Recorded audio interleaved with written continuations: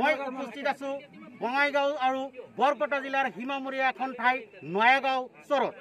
আৰু মই প্ৰথমতে দেখাবলৈ কম এই নয়াগাঁও চৰত আমাৰ যুৱকসকলে অসম চৰকাৰে আৰক্ষী বিভাগত নিয়োগ দিয়াৰ যি জাননী প্ৰকাশ কৰিছে বা যি চিন্তা চৰ্চা চলিছে আৰু সেই চিন্তা চৰ্চাৰ ওপৰত ভিত্তি কৰি আমাৰ এই বৃহত্তৰ নয়াগাঁও নামৰ পৰা চাকলা এই হালদিয়া পথাৰ এই বৰপেটা বঙাইগাঁও সীমামূৰী অঞ্চলৰ যুৱকসকলে এই নদীৰ চৰত আহি পেলাই এইদৰে এক্সাৰচাইজ কৰি পেলাই চাকৰিৰ কাৰণে প্ৰস্তুতি লৈ থকা বা শাৰীৰিক যিখন ব্যায়াম দৌৰ আদি কৰি থকা পৰিলক্ষিত হৈছে।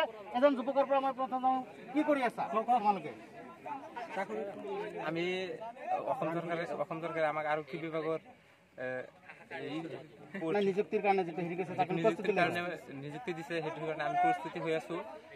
আমি সকলোৱে এই ফিল্ডত মানে একেলগে শাৰীৰিক ব্যায়াম এক্সাৰচাইজ ৰান সকলো কৰি আছো। হয়, আৰু এজন যুৱক আছে, কি ক'বা কিয় মানে এইদৰে প্ৰস্তুতি ল'বলগীয়া হৈছে? কি ক'বা তুমি, কি ক'বা কিয় এইদৰে এক্সাৰচাইজ কৰিবলগীয়া হৈছে? আমি আজি 2016-17 পৰা এইটো এপ্লাই কৰিছিলোঁ অনলাইন। এতিয়াৰ পৰা এডমিট এবাৰ দিছিল, আকৌ বাতিল কৰিলে, আকৌ এবাৰ দিছে। আমি এই সকলো মিলি আমাৰ এই বৰপেটা বঙাইগাঁও সীমামূৰী গাঁৱৰ যিবিলাক ল'ৰা ছোৱালী আছোঁ সকলোৱে মিলি ইয়াত প্ৰেক্টিছ কৰি আছোঁ পুৱা আৰু গধূলি। হয়, তেওঁ উল্লেখ কৰিছে অসম চৰকাৰে যি চাকৰি দিয়াৰ কাৰণে যি ইতিমধ্যে মানে প্ৰচাৰ চলাইছে আৰু সেই প্ৰচাৰৰ প্ৰতি বিশ্বাস ৰাখি পেলাই এইদৰে যুৱ প্ৰজন্মৰ প্ৰতিনিধিসকলে কিন্তু এইদৰে শাৰীৰিক এক্সাৰচাইজ কৰা পৰিলক্ষিত হৈছে। আৰু কেইবাজনো যুৱক আছে, সিহঁতৰ পৰা আমি জানিবলৈ চেষ্টা কৰিম।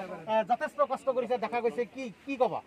মানে আসাম পুলিচত যিটো হয় মানে ডিআইজি ছাৰ হয়, মানে ধন্যবাদ জনাইছোঁ তাক। মানে এডমিটটো দিয়াৰ কাৰণে আমি মানে ইয়াৰ কাৰণে মানে কষ্ট কৰি আছোঁ। এবাৰ মানে ফাইনেল এডমিটটো দি দিছে, পাই গ'লো আমাৰ 22 তাৰিখত অক্টোবৰ 22 তাৰিখ 13 তাৰিখৰ পৰা ফিজিকেল আৰম্ভ আমাৰ বঙাইগাঁও ডিষ্ট্ৰিক্টত 13 তাৰিখৰ পৰা আৰম্ভ, সেইকাৰণে এইদৰে ফিজিকেল কৰি আছে। হয়, ইতিমধ্যে সিহঁতৰ এডমিট কাৰ্ড হাতত পাইছে আৰু আগন্তুক 13 তাৰিখৰ পৰা 22 তাৰিখলৈকে যি মানে ইণ্টাৰভিউ বা শাৰীৰিক যিটো মানে পৰীক্ষা, সেই পৰীক্ষাত অৱতীৰ্ণ হোৱাৰ কাৰণে যথেষ্ট সিহঁতে শ্ৰম কৰা পৰিলক্ষিত হৈছে। সঁচাকৈ এক মানে লক্ষণীয় বিষয় বুলি ক'ব লাগিব যে আমাৰ এই অঞ্চলৰ যুৱ প্ৰজন্মৰ প্ৰতিনিধিসকলে কিন্তু যথেষ্ট মানে শাৰীৰিক এক্সাৰচাইজ কৰা পৰিলক্ষিত হৈছে, যাতে অসম চৰকাৰৰ এই চাকৰিত যাতে সিহঁতে নিয়োগ পাব পাৰে। কি ক'বা, কেনেকুৱা অনুভৱ? ভালে লাগিছে। এইবাৰ আমাৰ বহুতো অসম চৰকাৰৰ আসাম পুলিচৰ কাৰণে বহুতো কেলেংকাৰীৰ কাৰণে বহুতবাৰ এডমিট দিও বাতিল কৰি আছে। এইবাৰ হেমন্ত বিশ্ব শৰ্মা ডাঙৰীয়াৰ নেতৃত্বত এইবাৰ ভালদৰে ইণ্টাৰভিউটো হ'ব বুলি আমি আশা কৰিছোঁ। এইবাৰ কেলেংকাৰী নোহোৱাকৈ যাতে হৈ আমি সকলো দুখীয়া ল'ৰা, আগত কি হৈছিল ইণ্টাৰভিউ দিছিল ধনী মানুহৰ ল'ৰাবিলাকে টকা দি চাকৰি পাইছিল। এইবাৰ ভাবিছোঁ আমি আমাৰ দুখীয়া ল'ৰাবিলাকে যাতে চাকৰি পায়, কষ্টৰে পায় যাতে। আমি বহুত কষ্ট কৰি আছোঁ এতিয়ালৈ। হয়, তেখেতে ভাল কথা এটা উল্লেখ কৰিছে যে ইয়াৰ পূৰ্বে মানে ধনৰ বিনিময়ত বা মানে স্বজন তখনেৰে চাকৰি হৈছিল যদিও এইবাৰ সিহঁতে কিন্তু প্ৰকৃত নিজৰ যোগ্যতাৰ কাৰণে যাতে চাকৰি পাব পাৰে সেই আশা পোষণ কৰিছে।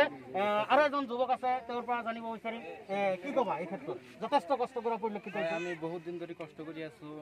আসাম পুলিচৰ এপ্লাই কৰিছিলোঁ 2 বছৰ 3 বছৰ আগত, সেইটো এডমিট কাৰ্ড আহি গ'ল, সেইকাৰণে আমি যথেষ্ট কষ্ট কৰি আছোঁ। ভাবি আছোঁ এইবাৰ চাকৰি ল'মেই। বহুত কষ্ট কৰি আছোঁ, দুবেলা কৰি আছোঁ। আমি দুবেলা কৰি আছোঁ, ৰাতিপুৱা কৰোঁ আৰু আবেলিও কৰি আছোঁ।